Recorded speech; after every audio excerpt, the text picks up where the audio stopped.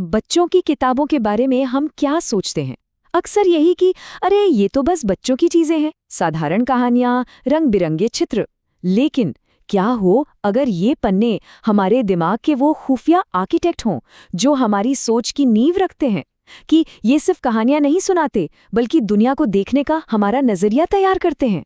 चलिए आज इन आसान सी लगने वाली कविताओं और तस्वीरों के पीछे छिपे गहरे सबकों को समझने की कोशिश करते हैं। सुनने में तो ये बात बहुत ही सीधी सादी लगती है ना।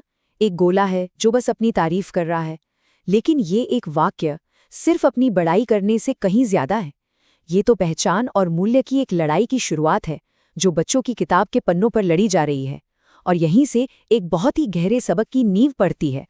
हाँ, तो असली सवाल यही है, क्या ये पन्ने हमें सिर्फ गोल, चौकोर, तिकोना सिखा रहे हैं, या फिर ये हमें समाज में अपनी जगह, अपना मूल्य तय करने के तरीके और सबसे जरूरी साथ मिलकर काम करने के बारे में कुछ बहुत ही बुनियादी चीजें सिखा रहे हैं।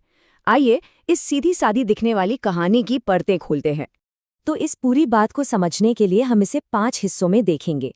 शुरुआत करेंगे सामाजिक ताने बाने से, फिर शारीरिक आत्मजागरूकता पर आएंगे, भाषा के औजारों को समझेंगे और आखिर में इन सबको एक साथ जोड़कर देखेंगे कि एक मुकम्मल सीखने वाला कैसे बनता है। तो चलिए शुरू करते हैं हमारी पहली केस स्टडी से। पहली नज़र में ये अलग अलग आकृतियों की एक कहानी लगती है, लेकिन जरा गौर से देखें तो ये सामाजिक रिश्तों का एक छोटा सा मैदान जंग है। हर एक आकृति ये साबित करने की कोशिश कर रही है कि वही सबसे बेहतर क्यों है। तो सबसे पहले वृत्त यानी सर्कल का तर्क देखिए। वो अपना मूल्य किस चीज पर टिका रहा है? पूरी तरह से खूबसूरती और एक पॉजिटिव एहसास पर। एक मुस्कुराता हुआ चेहरा, मतलब वो अपनी बात रखने के लिए भावनाओं और सुंदरता का सहारा ले रहा है। अब दूसरी तरफ है वर्ग यानी स्क्वायर, और इसका नजरिया बिल्कुल अलग है। ये भावनाओं से हटकर तर्क और व्यवस्था पर जोर देता है। इसका तर्क है समानता, सभी भुजाएं बराबर हैं, और उपयोगिता यानी मिठाइयाँ। तो ये खूबसूरती बनाम बनावट की एक तरह की बहस है। फिर आता है त्रिभुज, और इसकी स्ट्रैटेजी थोड़ी अलग है। ये अपना मूल्य प्रकृति यानी पहाड़ और रोज की छोटी छोटी खुशियों जैसे स्वादिष्ट स्नैक से जोड़ता है। ये अपनी पहचान को कुदरत और रोजमर्रा के अनुभवों से जोड़ने की एक दिलचस्प कोशिश है। और आखिर में आयत यानी रेक्टेंगल, जो अपनी बात रखता है रोजमर्रा की चीजों के आधार पर। वो अपनी अनोखी बनावट पर जोर देता है और खुद को बिस्किट और चॉकलेट जैसी आम पसंदीदा चीजों से जोड़ता है। मतलब उसकी कीमत हमारी जिंदगी में उसकी मौजूदगी से है। और बस जब ये लड़ाई अपने चरम पर होती है, तब एंट्री होती है एक बुद्धिमान तारे की, और वो आकर पूरा खेल ही पलट देता है। वो इस मुकाबले को खत्म नहीं करता, बल्कि उसे एक नया रूप दे देता है। वो टकराव को सहयोग में बदल देता है, और ये कहानी का सबसे बड़ा टर्निंग पॉइंट है। तो असल में यहाँ जो सबसे बड़ा सबक सिखाया जा रहा है वो है सिनर्जी का सिद्धांत। ये सुनने में बड़ा भारी शब्द लगता है, पर इसका मतलब बहुत सीधा है कि जब सभी हिस्से एक साथ काम करते हैं तो नतीजा उनके अकेले अकेले काम करने के जोड़ से कहीं ज्यादा होता है। आकृतियों की ये आसान सी कहानी असल में हमें टीम वर्क का सबसे बड़ा उसूल सिखा रही है। अकेले अकेले वो मुकाबला कर रहे थे, पर साथ मिलकर वो कुछ ऐसा बना सकते हैं जो उनमें से कोई भी अकेले नहीं बना सकता। अच्छा, तो हमने ये तो देख लिया कि बच्चे खुद को एक समाज या ग्रुप के हिस्से के तौर पर कैसे देखते हैं, पर वो खुद को, अपने शरीर को कैसे समझना सीखते हैं। अगला कदम है अपनी ही शरीर का एक नक्शा बनाना। और शरीर के अंगों पर बनी ये कविताएं सिर्फ मनोरंजन नहीं है, ये आत्मजागरूकता का पहला जीपीएस सिस्टम है। ये कविता कितनी सिंपल लगती है, पर जरा सोचिए ये कर क्या रही है। हर एक लाइन एक शब्द को, जैसे हाथ, सीधे सीधे शरीर के एक हिस्से और उसके काम यानी ताली बजाने से जोड़ रही है।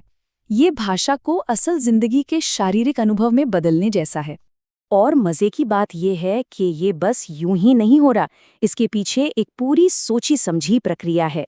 ये पहले नाम बताने से शुरू होती है, फिर उस अंग के काम की ओर बढ़ती है, और आखिरकार उससे जुड़े एहसास पर आकर रुकती है। ये एक बच्चे की शारीरिक पहचान को परत दर परत, कदम दर कदम बनाने जैसा है। और जानते हैं, इस पूरी प्रक्रिया का एक वैज्ञानिक नाम भी है, प्रोप्रायोसेप्शन। सुनने में मुश्किल लगता है ना, पर इसका मतलब सिर्फ ये है कि हमारा दिमाग बिना देखे भी ये जानता है कि हमारे शरीर के हिस्से कहाँ हैं और क्या कर रहे हैं। तो ये मज़ेदार छोटे छोटे गीत सिर्फ गीत नहीं है, ये तो नन्हे बच्चों के लिए न्यूरोसाइंस की प्रैक्टिकल क्लास हैं। ठीक है, तो सामाजिक और शारीरिक बुनियाद तो रख दी गई, अब आगे क्या? अब बारी आती है औजार बनाने की, मतलब भाषा की वो बनावट, वो आर्किटेक्चर जो पढ़ने से लेकर मुश्किल चीज़ें सोचने तक हर काम के लिए ज़रूरी है। ये एक तरह से कोड ब्रेकिंग सीखने का सबसे पहला कदम है। ये जो फोनेटिक्स है ना, ये बस अक्षरों जैसे अमूर्त चिन्हों को उनकी असल आवाज से जोड़ने का तरीका है। पढ़ने की ये सबसे पहली सीढ़ी है और इसी कोड को समझकर एक बच्चा आगे चलकर किताबों के जरिए पूरी दुनिया को समझता है। और ग्रामर, ये ए और एन के बीच का फर्क सिखाना, ये सिर्फ रटना नहीं है, ये असल में एक बच्चे की तार्किक यानी लॉजिकल सिस्टम से पहली मुलाकात है, एक ऐसा सिस्टम जो नियमों से चलता है। बात सिर्फ ये जानने की नहीं है कि क्या बोलना है, बल्कि ये समझने की है कि इसे क्यों ऐसे बोला जाता है। यहीं से एल्गोरिदमिक सोच की शुरुआत होती है। तो अब तक हमने सामाजिक, शारीरिक और भाषा के अलग-अलग धागों को देखा। अब वक्त है इन सबको एक साथ बुनने का, क्योंकि सबसे ज़रूरी बात यह है कि ये सबक अलग-अलग नहीं सीखे जाते, इन्हें एक साथ काम करने के लिए ही बनाया गया है। और यहीं पर हमें इस सब का असली मकसद समझ आता है। ये किताबें अलग अलग स्किल्स नहीं सिखा रही हैं, ये एक मुकम्मल इंसान बनाने की कोशिश कर रही हैं। सामाजिक हुनर, शारीरिक जागरूकता और भाषा के औजार, ये सब एक दूसरे से जुड़े हुए हैं और एक दूसरे को मजबूत करते हैं। याद है हमारी पहली कहानी की वो आकृतियां? सर्कल, स्क्वायर, ट्रायंगल, रेक्टेंगल, सब अपने आप में तो थे, पर अलग थलग थे, एक दूसरे से मुकाबला कर रहे थे। और यहाँ आकर पूरी तस्वीर साफ हो जाती है। जब वो सारे अलग-अलग हिस्से, वो सारी अलग-अलग स्किल्स एक साथ आती हैं, तो वो मिलकर कुछ बिल्कुल नया और ज़्यादा बेहतर बनाती हैं। वो एक ट्रेन या एक घर बन जाती है। यही है एकीकरण का जादू।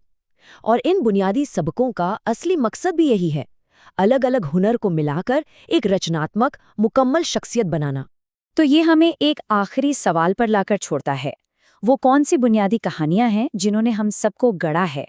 उन आसान से लगने वाले पन्नों में छुपे वो कौन से सबक हैं जो आज भी हमारी सोच और हमारे काम में झलकते हैं?